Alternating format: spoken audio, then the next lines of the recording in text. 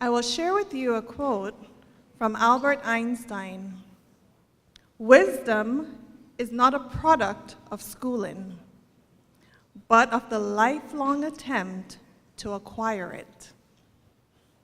The focus of tonight's program is on adult learning and how prior learning assessment at UCCI can facilitate the process of lifelong learning among you, our adult learners. To speak more about the prior learning assessment program will be our President, Roy Bodden, but before he comes to the podium, we are going to have greetings from our chairperson of the board, Mr. Anthony Rich.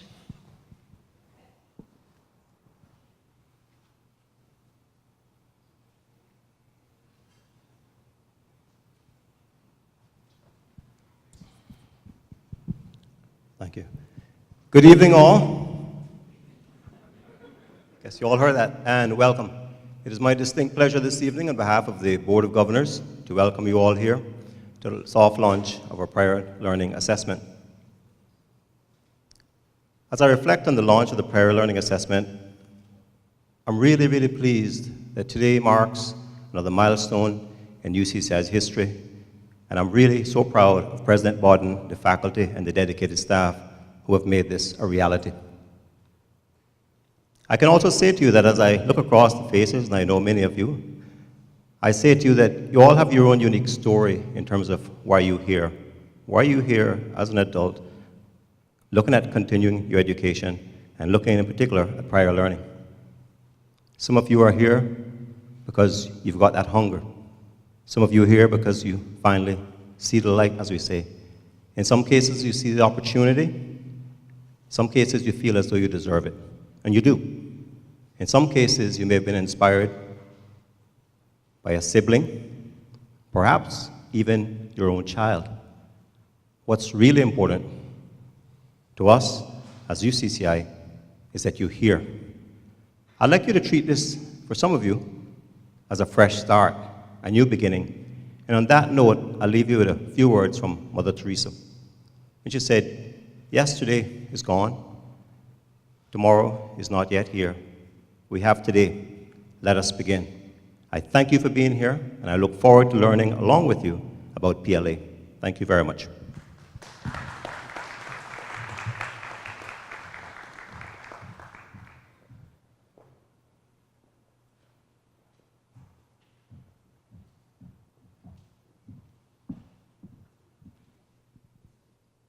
Our prior learning program was the vision of our president, Roy Bodden, and as you know, he will be retiring at the end of this month.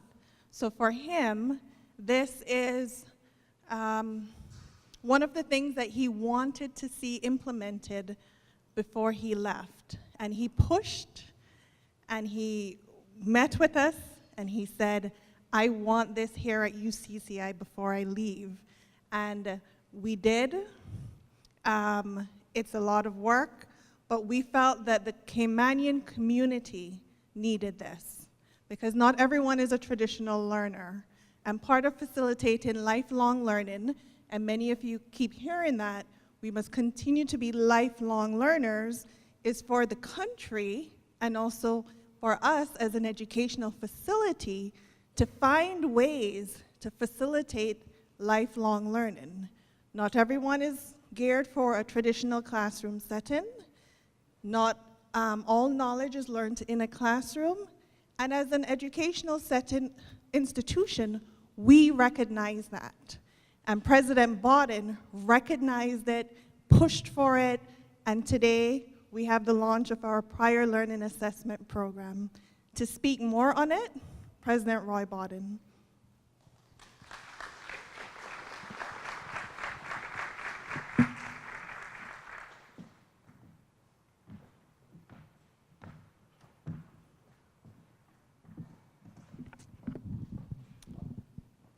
Thank you, Dr. Young. Good evening. I am elated to see the turnout. I am happy for this interest.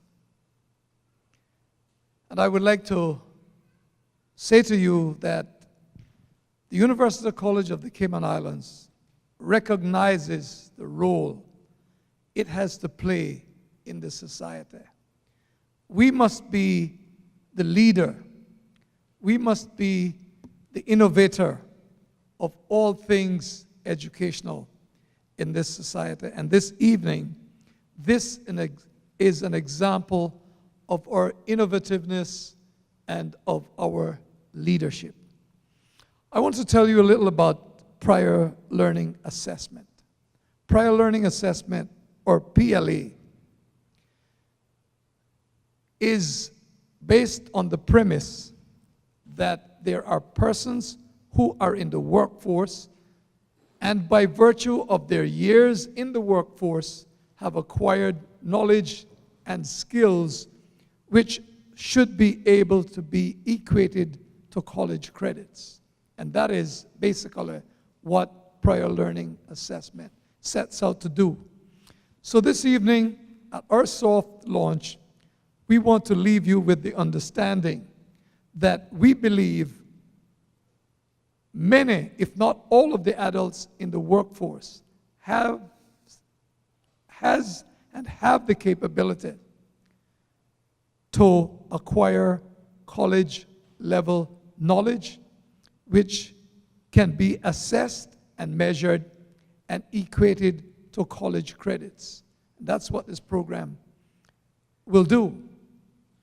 In so doing, for the adult learner, it will offer the convenience of progressing at the rate which is comfortable to you, offering flexible study hours and study time, and hopefully, when we reach the level that we would expect to reach, would allow you even to study online so that you may not have to attend a formal classroom for all classes. I want to say this. We're not guaranteeing that it's going to give you an automatic raise in salary because we have no control over that. What we can say is going to increase your level of self-confidence and self-esteem, help you to reach levels that you didn't think you could reach, and it's going to offer you the comfort of studying among colleagues and among companions at your age and maturity level. As I walk and engage people, many adults tell me that they feel uncomfortable with going to classes with their children and grandchildren. And in a small society like the Cayman Islands, we know that that can be an issue. This initiative will eliminate that, and you will more than likely be in classes with persons who are at your age and your stage of maturity. I want to say before I put the microphone down that this initiative, while it may have been my vision, it's not my initiative. And tonight, I want to give credit where I think the real credit is due to the persons who worked to get it thus far and who are going to be working to get it further when we launch it in August of 2019. Those ladies are Dr. Susan Young, and Dr. Young, if you stand so that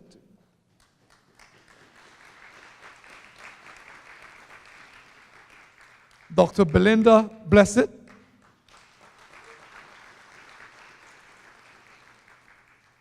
and Mrs. Lucille Kong.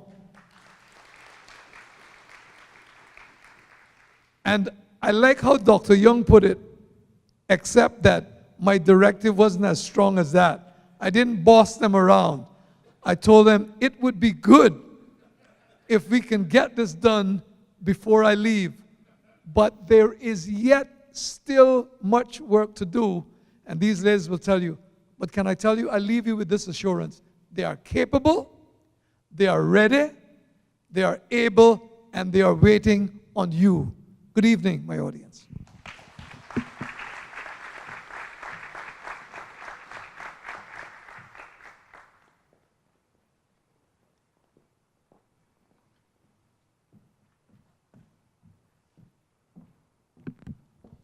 Thank you, President Bawden.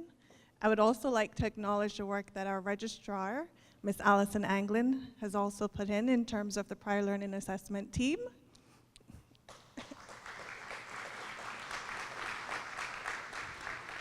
And Dr. Livingston Smith, our Vice President and Provost.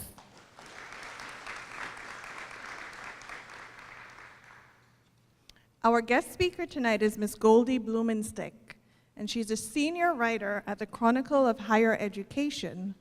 I'm not going to go too much into what her bio is about, but to introduce her will be Dr. Livingston Smith, Vice President and Provost of UCCI.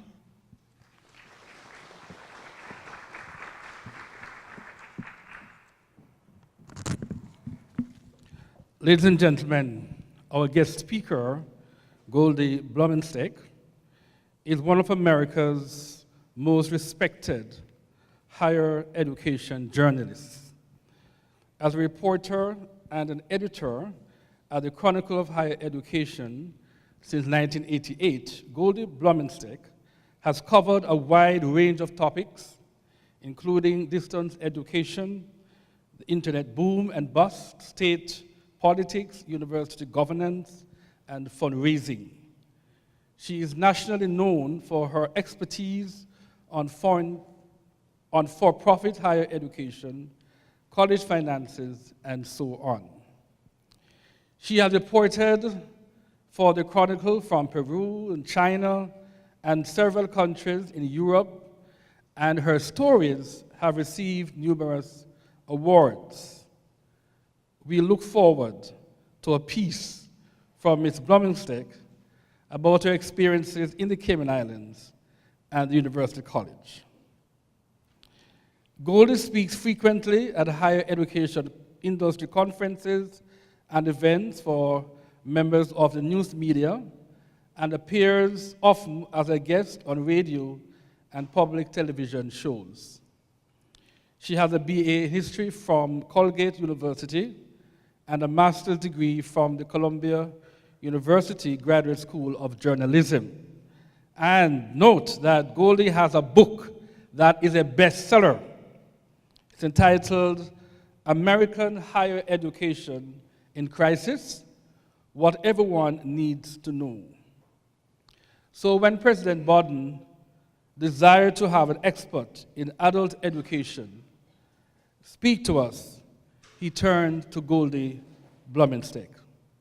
Please help me welcome her to the Cayman Islands and to the University College.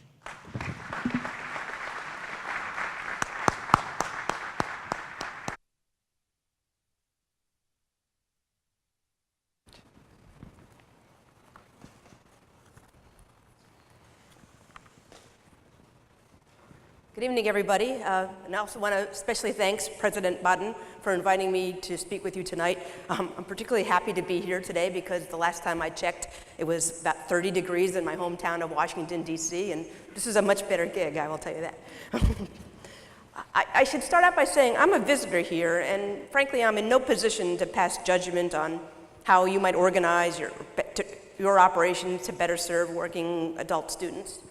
But I can say that if this ceremony is any example, you've already got one thing down right: the timing. Having this event at 6 p.m. rather than in the middle of the day makes it a lot easier for more of your working adult students to take part. And of course, I realize with an economy that revolves around tourism, many students and potential students aren't just working 9-to-5 jobs, but count this speaker as particularly grateful that you didn't decide to do this at 6 a.m. just to make that accommodating for them. Honestly, when it comes to adult students, timing is one of the most important factors an institution needs to consider.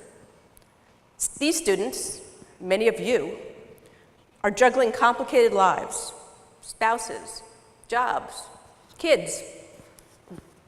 Back in the States, I'm often surprised at the number of colleges that say they want to enroll adult students, but then they fail to offer the classes at the times when those students can attend.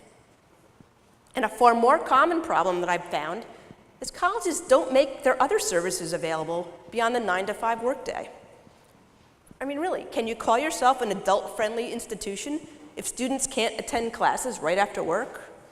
or if they can't speak to an academic counselor after they've put their kids to bed. Some of this might seem kind of obvious, but the more you start digging into this issue and all the issues that face adult students, the more you realize that a lot of what colleges have been doing for a lot of years needs a little bit of fine-tuning in order for it to run more smoothly for working students. I've been writing about higher education now for more than 30 years at the Chronicle, which is itself a newspaper in the States that's about 51 years old. Last year, when I set out to produce a report for the Chronicle on the adult student, it looks like this, actually, I really thought I knew the issue pretty well. But in the course of my reporting on that project, during which time I talked to like 120 different college officials, policy leaders, civic leaders, employers, students, I came to realize that there were a lot of contours to this issue that I really didn't know. So I thought, as you embark here on this new effort to promote one of the key strategies in serving adults, this prior learning assessment program, I thought I'd take a few minutes to share a little bit about what struck me about the situation in the United States and the ways it could apply here. As I said, I'm trying to find a way to focus on adult students for a couple of years. And when I first came into it, I was thinking about the adult student population more as a financial imperative for colleges, literally a market that they needed to address because of declining enrollments in the states of 18 to 24-year-olds. And for the United States, I still see that. But now I realize that the imperative is much broader.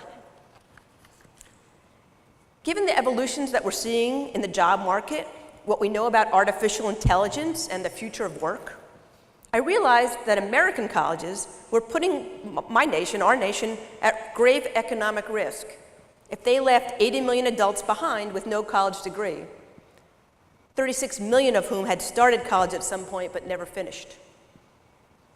I also saw the societal risk. The lines between the haves and the have-nots in my country are hardening, and that's being mirrored in American politics and in the culture wars that my country is now experiencing. Now, in a nation of this size, I imagine it's hard for you to identify with some of those numbers I was just tossing around. And frankly, for your sake, I hope you're not experiencing the polarizing political fissures here that we're experiencing in the States. But I think the essential lesson of our circumstances still applies. If education opens doors, and it does, it's supposed to open the doors to social mobility, we need to be sure all qualified people can get through. And we need to ensure that those that didn't get through the first time have second and third chances to enter that doorway. You know, we tend to think of the adult student movement as being very tied to economic needs. The student, potentially you, the student is coming back for a program tied very closely to a job that she has or maybe to the job she hopes to get. But really, the heyday of this movement back in the States in the 1970s, it was driven by much more than that. It was driven by a social justice imperative and a desire for greater equity, much more so than economics. And in the States, I would say we've evolved away from that a little bit, I think, but it's still true that most of the people in the States who teach adults carry a lot of that idealism with them. It's true that most adults who are returning to college or going for the first time, they're looking for a clear ROI. They're looking for a return on investment. But many of them are also looking for something more, that intangible benefit that comes from having a college-level education. And I think it's important that colleges make sure they understand that when they're developing programs like this. You know, one of the colleges I came across when I was working on this report was a college in New York State called Empire State College, and they have a program particularly designed for electricians who they go through their union, and you have to get a certain degree to get a certain job as an electrician in New York City. It's a tough union town. But despite that, in that program, the college also organizes the students to write essays in poetry and photography. And every year, the students produce a book of all their essays and all the work that they did, poetry, essays, photography, things like that. Not the kinds of things that you would tend to think of as something that an electrician might want to do just to get ahead in their career. But schools that keep that in mind are really doing their students an important service. But one more thing, though, about this return on investment notion. It's important to keep it in mind. It's important for this institution to keep in mind, and it's important for students to keep it in mind as well. Time is money when you're an adult student. The more an adult student has to take away from work to resolve an issue with the registrar or meet with an academic advisor, that adds to the expense of their degree. So the lesson I learned from working on this report and from talking to colleges in the States is if colleges are looking for ways to ensure that a degree is a worthwhile investment, they also need to ensure that they have systems in place that make it possible for students to access services without a lot of hassle. That might mean certain degree programs are offered in courses that in accelerated formats, maybe instead of a 12 or 16-week semester, a 7 or 8-week semester with a sort of a compressed schedule. It might mean opening up some administrative offices on evenings and weekends, or using technology to provide at least some of those services outside the workday hours of a typical college. It could mean providing more cross-training to employees so that the person on duty after hours can handle a whole range of inquiries, not just the one or two that he or she's been trained in. And frankly, it will certainly mean developing programs in the Career Services Office, or even embedding some of these programs in the curriculum to ensure that students are getting the skills and the connections they'll need once they graduate. It's a different bit of a ballgame when you're starting enrolling with adults. The stakes get a little higher. But that kind of flexibility that a college institutes for adults, it isn't just for adults. Those are the kinds of changes that can make any college much more flexible and attractive to students. In the course of my reporting, I learned a lot about the vital role that community organizations and employers can play in fostering the college connection for adult students.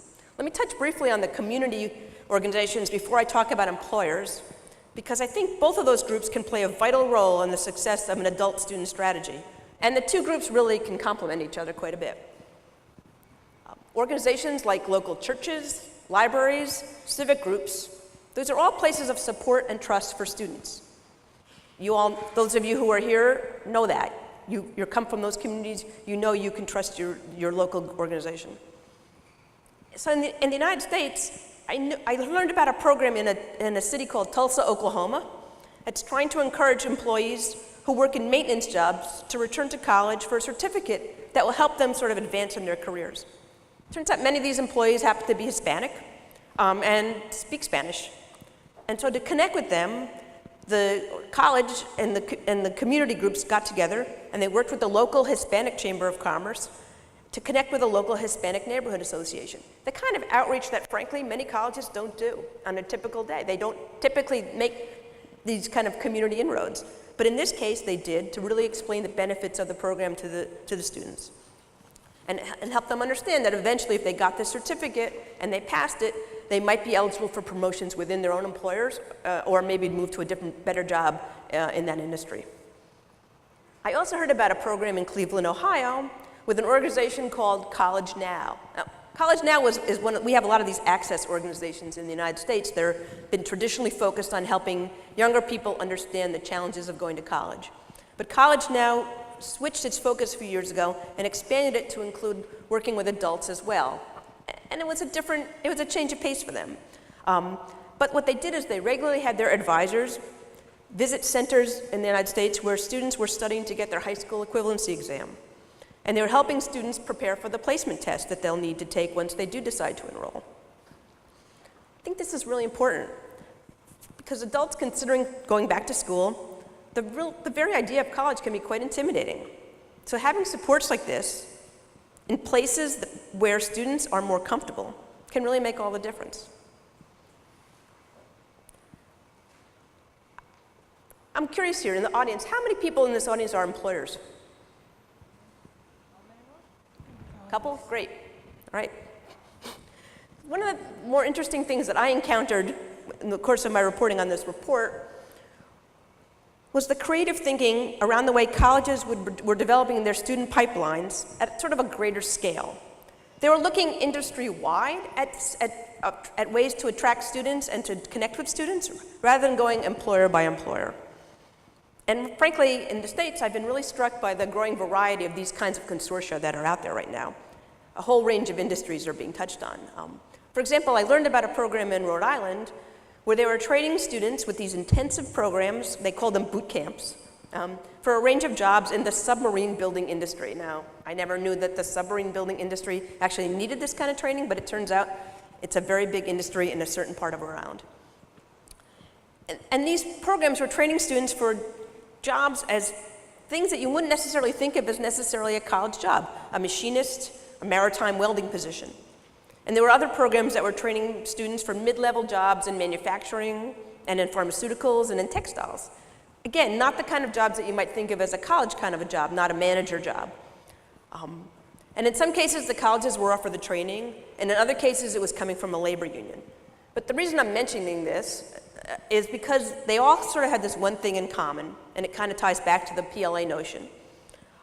In all cases, the colleges were plugged in with the programs, and the colleges were prepared to grant college-level credit for some of what the students were learning in these boot camps and these specialized programs.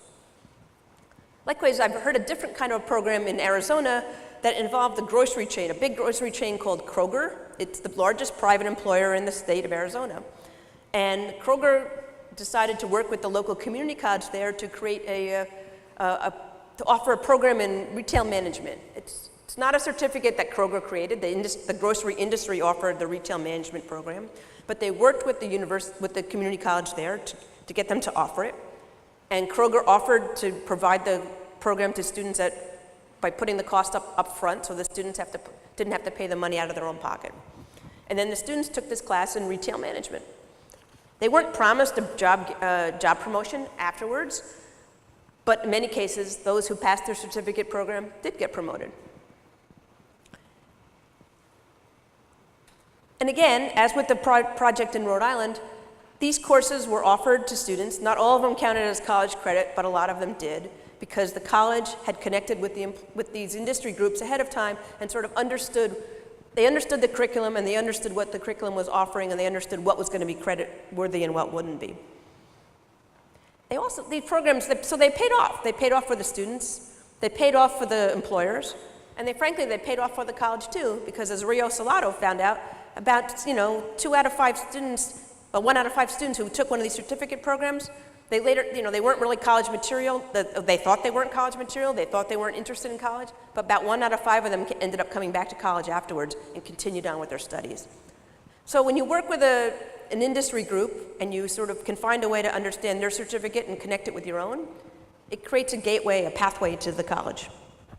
And I have to say, 10 years ago, a program like these might have had a much harder time getting off the ground, at least in the United States, where, frankly, colleges can be kind of finicky about what they count as a college course, and they're also sometimes very reluctant to work with industry over what to teach. They don't really want to collaborate. They tend to think a little bit about what they know.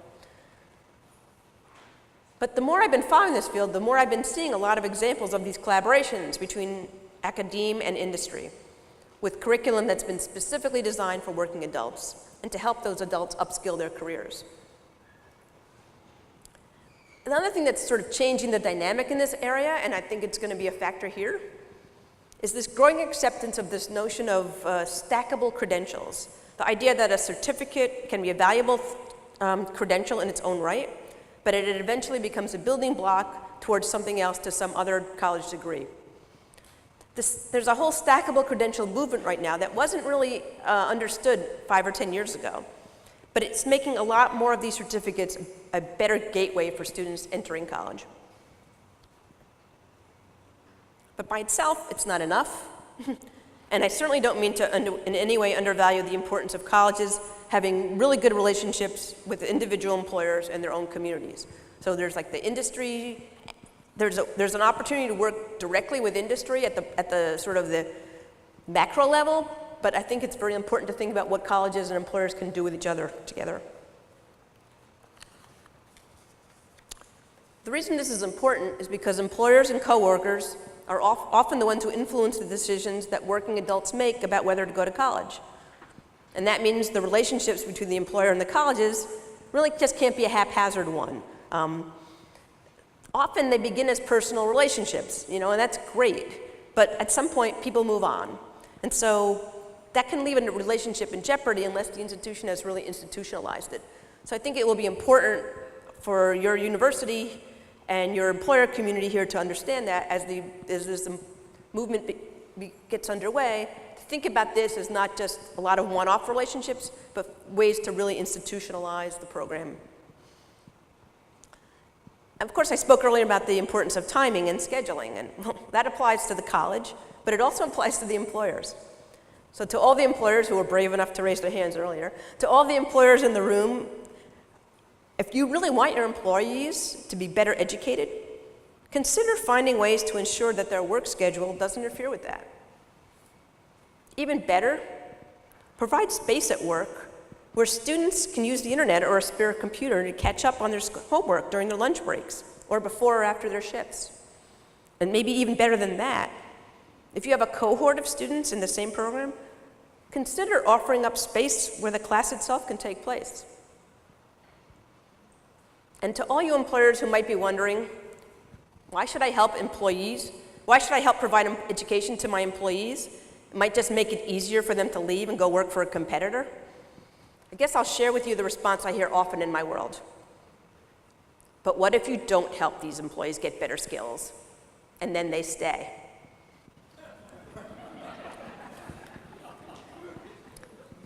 So ideally, partnerships in between colleges and employers really shouldn't stop at the decisions about curriculum and scheduling. It can also be really useful if there's a lot of collaboration between the two when it comes to advising students on which programs to take, because if the company is helping to pay the tuition, this helps ensure that the company feels good that its money is being well spent. And it can also help guide the employee, help guide you, the student, to a program that will be best suited to your interests and maybe help you get ahead the best. Because nothing will undermine the ROI of going to college than bad advising. And oh yeah, about this question about who pays. I do realize that not every employer is in the position to cover some of all the tuition costs. In the US, in fact, the proportion of employers providing tuition benefits has been falling in the last couple of years. And many of those that do provide it, they only provide it up to a certain amount, the amount that sort of manages to align with the tax benefits for their employees. That's the bad news. But really the good news is that in the past couple of years, I've been noticing a marked uptick in the number of big employers that have decided to offer tuition benefits, especially to lower wage workers. And I'm talking about companies here that you've all heard of: Walmart, Disney, McDonald's, FedEx, Starbucks, and just a couple weeks ago, Uber. I think in the States, this is happening because there's a lot of challenges of high turnover and full employment, and it's making companies think a little bit more creatively about what they need to do to help keep retention. And for the moment, tuition benefits are becoming really a hallmark of a progressive employer. Colleges are benefiting. Will it last past the next economic downturn? I really don't know. But for now, I see it as an opportunity for colleges and an opportunity for employees. So I'm hoping that the trend continues at the States. I know I've outlined a lot of strategies that colleges and communities need to undertake to make these kinds of programs successful, and I really hope it doesn't come off as overly daunting here. Because it's true that it takes work and intentionality on the part of an institution to serve adults in a meaningful way. And you've actually begun in a really important way to take some steps in this direction with this PLA initiative. I will say I'm not an expert on the intricacies of how such programs work, what's the best way to organize the assessment program, what's the best way to grade it. But if there is any advice I can pass along on that front, it does relate to the importance of establishing really clear procedures for how such credit can be earned, whether there's limits on the credit, basically how the program works. It's really important also that this is understood within the institution and within the community, and that it's really communicated clearly to employees up and down the line. As for the rest, I guess it really sounds complicated, but it really boils down to a basic principle. When it comes to serving adults, the university is just one actor in a really much broader network of players. And the more an institution can connect with other partners in that ecosystem, the more successful the effort will be. Thank you so much for hosting me here today, and am I supposed to take questions now or after the fact, or not at all? Someone tell me. now we can take some questions. I'm happy to answer a few questions. As I said, I'm not an expert on the program that you're contemplating here, but I can talk broadly about some of the trends that we're seeing in the States and some best practices. If there are any. If not, great. I'll be around, so look forward to meeting you all, and good luck with the program.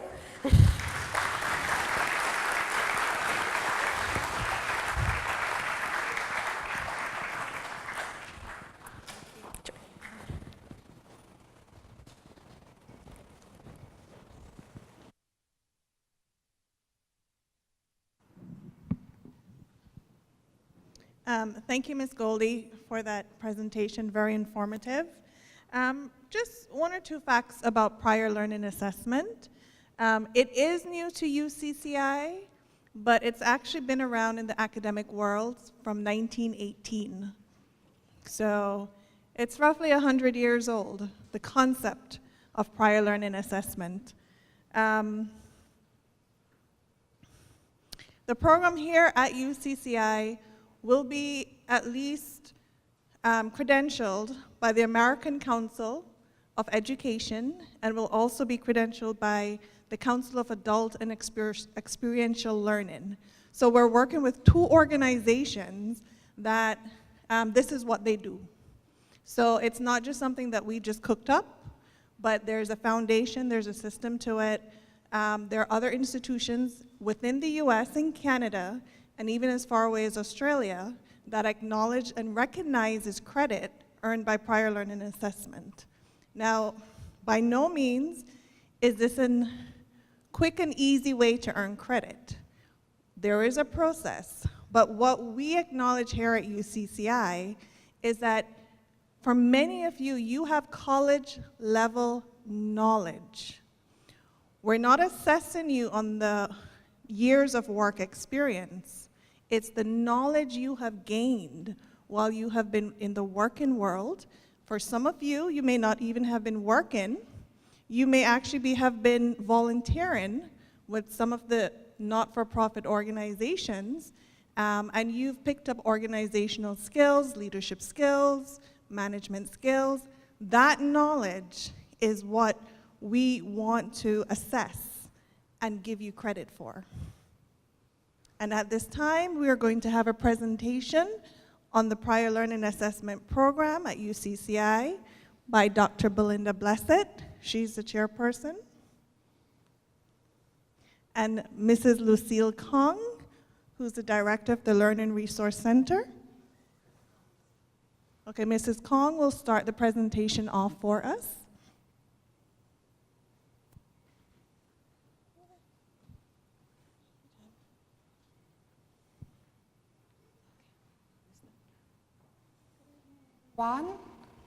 And I am pleased to be here today, and more importantly, the ROI, the return on investment that Goldie just spoke about.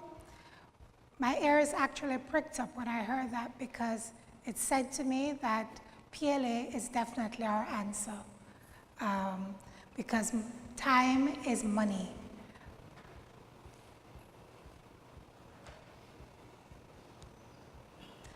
So, what exactly is prior learning assessment? It's symbiotic in that it's, on the student side, it's identifying, articulating, and documenting your prior learning. And on the UCCI side, it involves assessing and recognizing that learning. And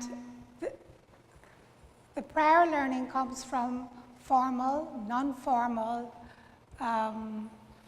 aspects, and this can come through work experience, training, whether it's in-house or professional development, independent study whereby you initiate studying a particular area, volunteer activities, and personal life endeavors. So it can even be a hobby. And the University College recognizes that persons may acquire college-level learning, and this learning can also be equivalent to college courses that are completed. So why PLA? The first aspect of the PLA is that it will enable you to fast track your degree. And how is that possible? You can shave off 14 class weeks, course weeks, or even up to a year from your academic studies. And excitingly, you can, if you enroll as for the portfolio method, automatically you are granted 3 bonus credits. So that's just by enrolling in the portfolio method. So what does this mean in terms of time, in terms of the ROI, in terms of your investment in your education? It means more time for your family, your career, and your business if you are running your own business. You can save money in terms of tuition fees for those who are paying out of pocket. You can also save money in terms of textbooks and other incidental costs that the institution may have. And more importantly, you can boost your personal brand by showcasing that your prior learning is of value to your organization.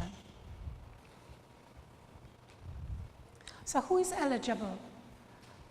Anyone, any student seeking a degree with UCCI is eligible for prior learning assessment.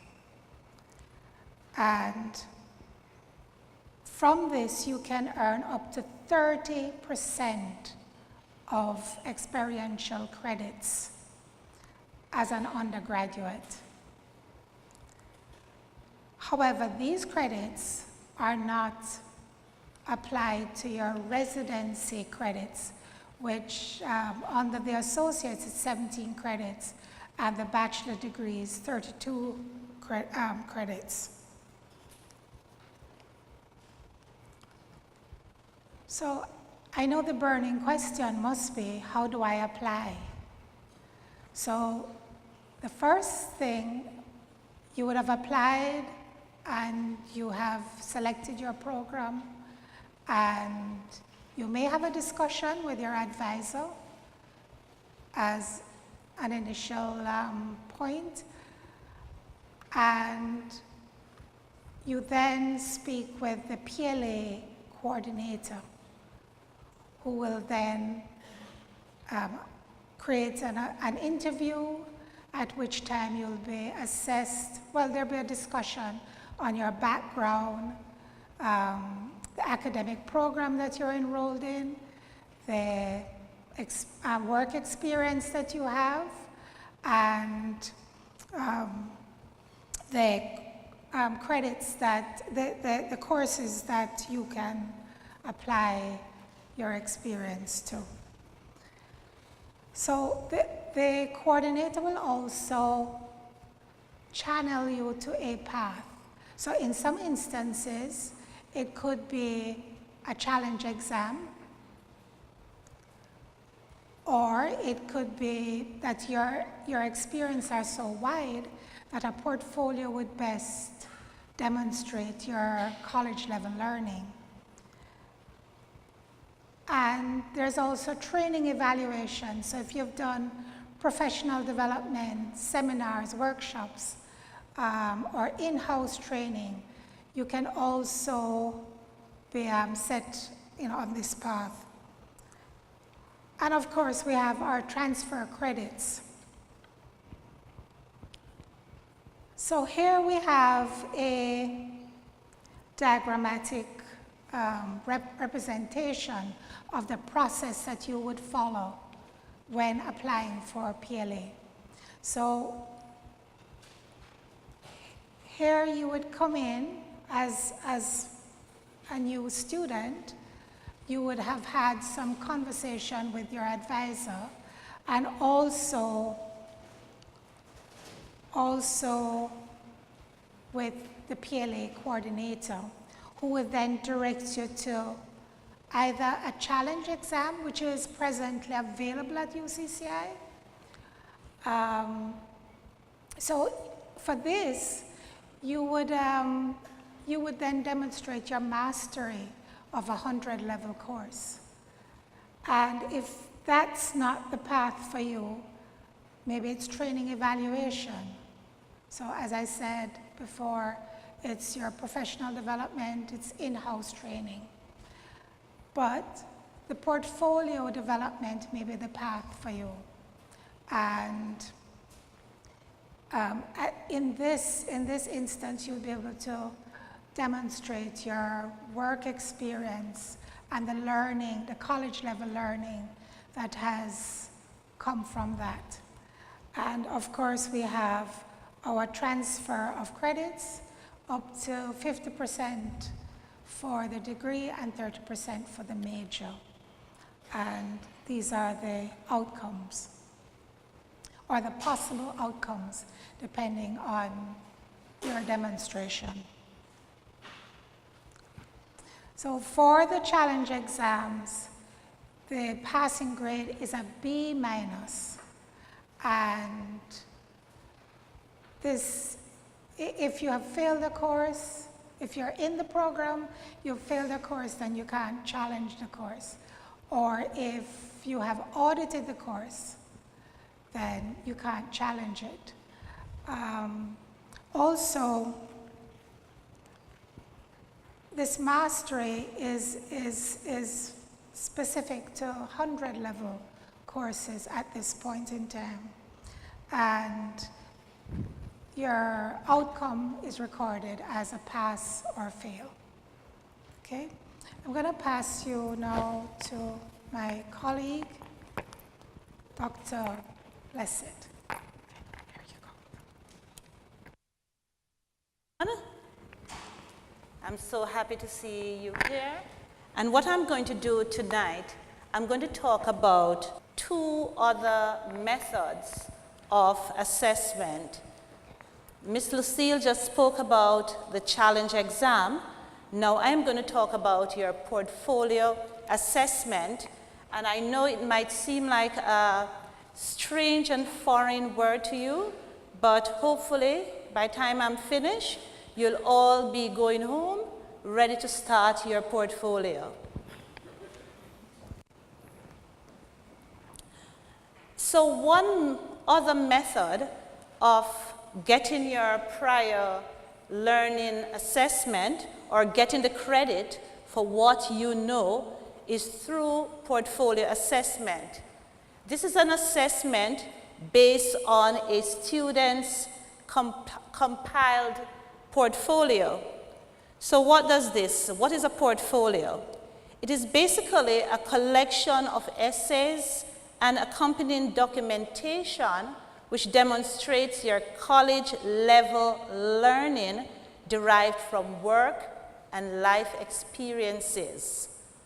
So what your portfolio will look like is a written narrative, written college level narrative of what you, the student, has learned, as well as evidence of learning. And I want to reiterate, evidence of learning. I know prior to this, President Budden spoke about you working out there and doing all sort of stuff. But really, what we're looking for in your 10 years of experience or more is evidence that what you have learned can be equated to the college courses offered here at the university. So this college learning that you have gained, we're going to make sure that it is equivalent to the courses at the university. And for those who right now are fearful, we are going to be here to guide you. Each course equivalent is going to be evaluated by a faculty expert in that field.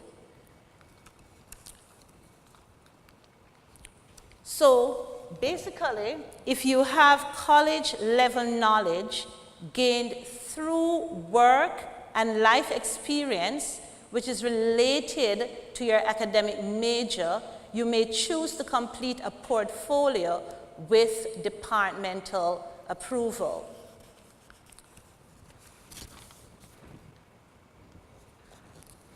So how do you know whether you're eligible or not? If you are a returning adult student with significant work experience, if you have been employed at least 10 years in a particular field with increasing responsibilities, if you're highly motivated with respect for time management, if you're able to organize, work independently to complete projects, and if you are able to reflect on your work and training experience, because part of the portfolio is going to be a written narrative. What have you been doing? And of course, at the university, we have writing labs, we have persons here in the English department who will help you in this respect. The other assessment method that is available is training evaluation, workplace training evaluation.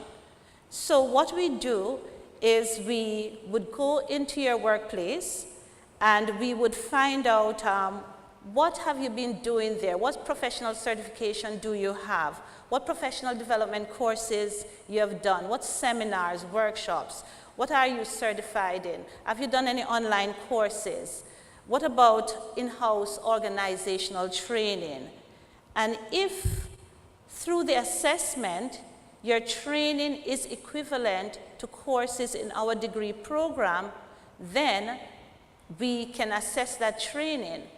And I would say that would be the option for you if you have these professional certification, if you have done this in-house training, and so forth. So training evaluation, evaluation of workplace training to obtain academic credit through prior learning assessment is also another option. So the big question is, we have looked at transfer of credits, we have looked at portfolio assessment, we have looked at training evaluation, and we have looked at challenge exams. And I know everybody is sitting there and wondering, how much is this going to cost? So my next slide looks at that. It's a bit dark, and I'll try to use a pointer.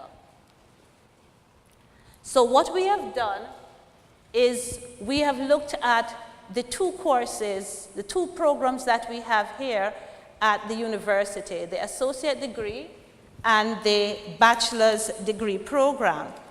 And we are looking at both the Caymanian and the international rate.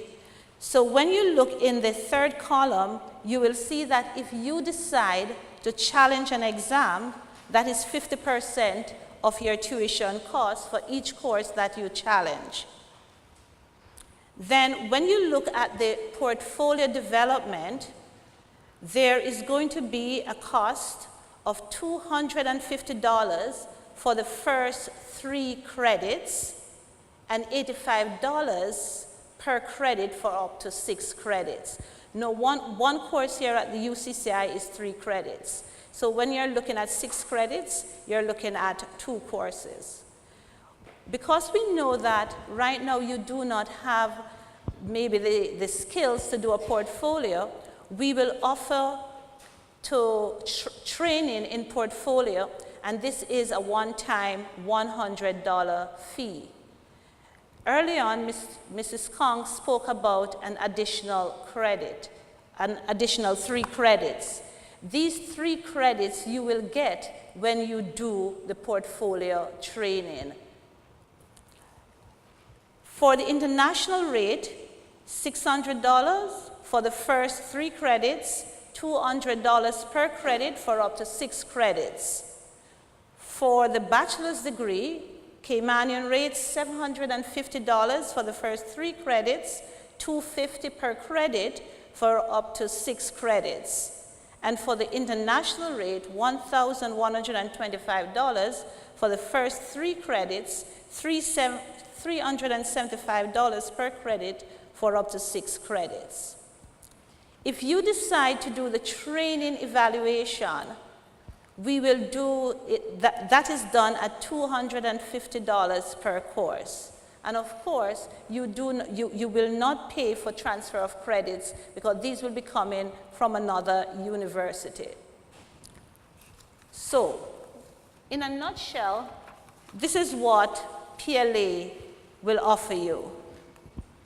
First thing, you need to apply to the university. If you look on that first statement under the summary, the PLA applies to all degree-seeking UCCI students. So you need to apply to the university, and then once you have applied, you will then be eligible to enter the prior learning process. The next thing, PLA learners, you are going to get a return on your investment. You're going to benefit from faster degree completion. You're going to save considerable time. Remember what Ms. Goldie said? Save time equal money. So think of it.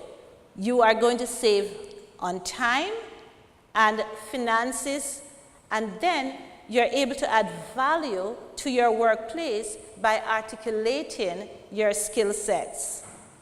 And once again, there are many different methods of getting credit for what you know. 1, challenge exam. 2, training evaluation. 3, portfolio assessment or transfer of credits. An initial assessment, of course, will be done if you want to do the training evaluation, the challenge exam, and the portfolio development. But this initial assessment will only help you to move forward. So, where are we going? Come summer 2019, and summer 2019 begins in May at the university. The PLA program will be piloted by my department, the Business Studies department. So for persons out there, one of the things you can start looking at is looking at our degree plan. We have associate degrees and we have bachelor degree program. So start looking at the program. If you're already a student here, then that's even better because you are already in the process, you have done some courses already, and there might be a few that you think that you could challenge, or you might think that you could do a portfolio for. And then come fall 2019, August, September, the new academic year, the program will be implemented straight across, the institution. So if we have the engineers out there and other persons who are interested in social sciences, arts and humanities, you can start, stay back, ask questions, and let us see if we can get this process started. Thank you.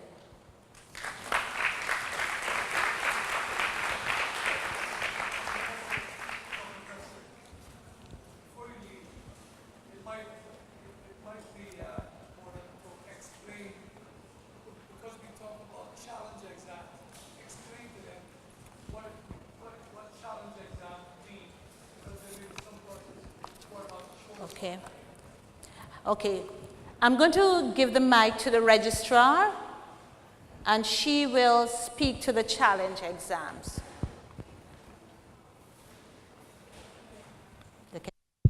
Okay, so for challenge exams, as was mentioned, it is 50% of the cost of your tuition fee.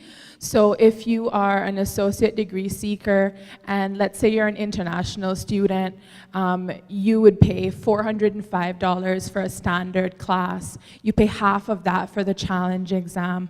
Let's say you're a native Spanish speaker. You come to us, you explain, I'm a native Spanish speaker, or if you've done A-level Spanish, CAPE, anything like that where you can demonstrate that you have the ability to challenge the course and not sit in the class for the 14 weeks. We have a challenge exam form.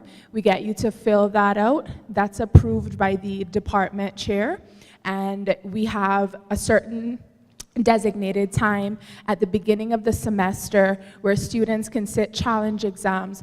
Alternatively, what we also do, we allow them to sit challenge exams during the final exam period in December.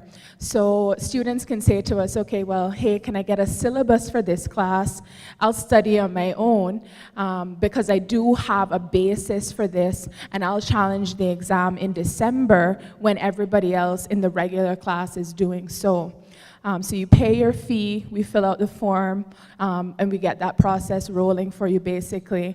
And the challenge exam, again, you save 50% of the cost of the course. So it's not just the tuition in that case, it's definitely a time saver.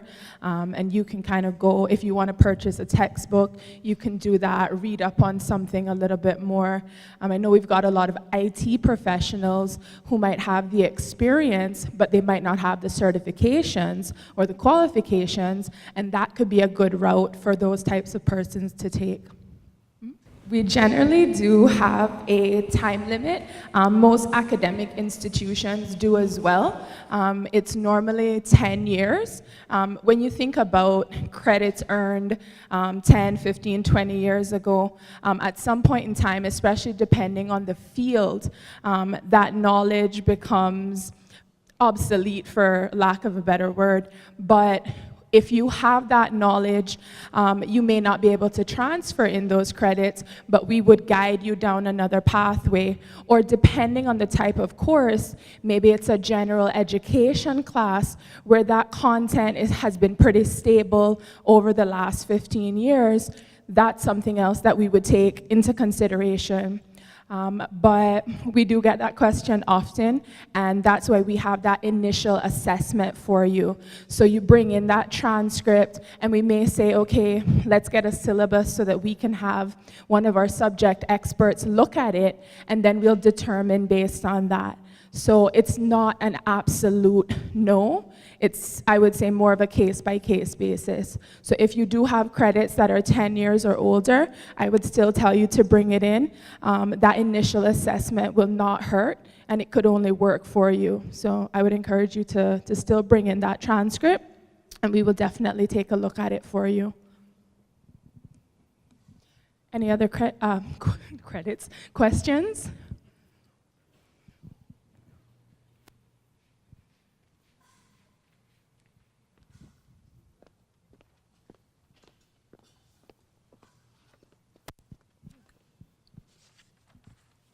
You said that each course for the associate degree, or the total credit for associate degree, is 17 units or 17 credits, and each course stands for 3 credits. So does that mean that it's a total of 4 courses or 5 courses?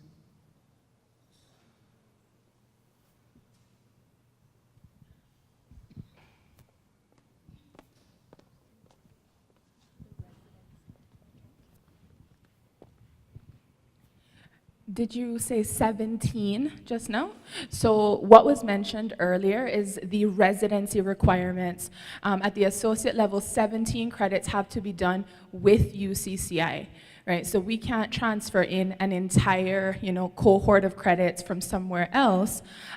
We have to be able to validate that you have displayed a certain level of knowledge, learning, capability in order for us to grant you that degree. So the 17 credits relates to what you would do here, the 32 at the bachelor's level for the same thing. The average associate degree credits go anywhere between 68 to 74 credits in total. So courses can range between 3 and 4 credits, and an associate degree can have about 21 or 22 classes in total.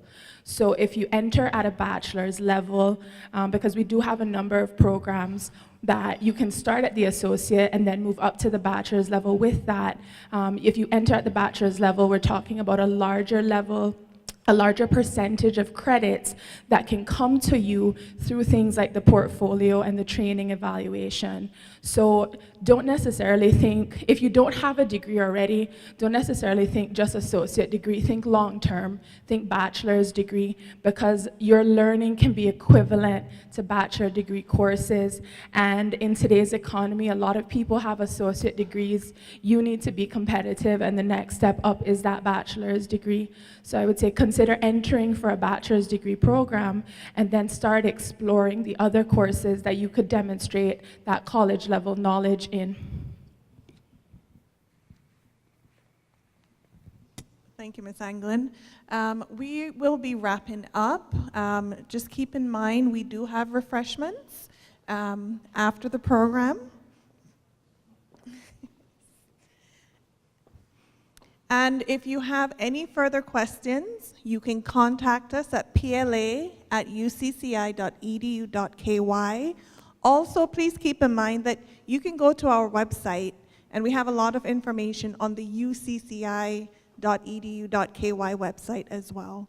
At this time, I will invite President Roy Bodden to the podium to give the vote of thanks. Before he does, I actually want to acknowledge Ms. Crystal Sanchez Ebanks, our marketing and PR director, who has put a lot of time and effort into this program. How many of you actually saw the promo on Facebook? She's the person behind that. She's the person behind the success of this tonight. Thank you, Ms. Crystal. Thank you, Dr. Young.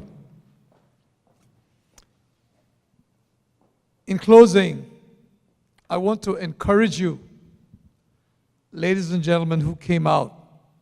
We are open, we're ready for business, we are willing to serve you, and I am telling you, we won't complain if we are inundated with queries and questions. So please, we look forward with eager anticipation to your questions, because we believe that this is revolutionary, and we have designed it in such a way for your convenience and, importantly too, your affordability. I thank you for your attendance this evening and encourage you to partake of the refreshments, compliments of the UCCI School of Hospitality Studies students. And please, we are in the business, we are prepared. Give us work. Give us work to do. We won't complain. So we look forward to your inquiries, your queries, and your visits. Thank you and good evening.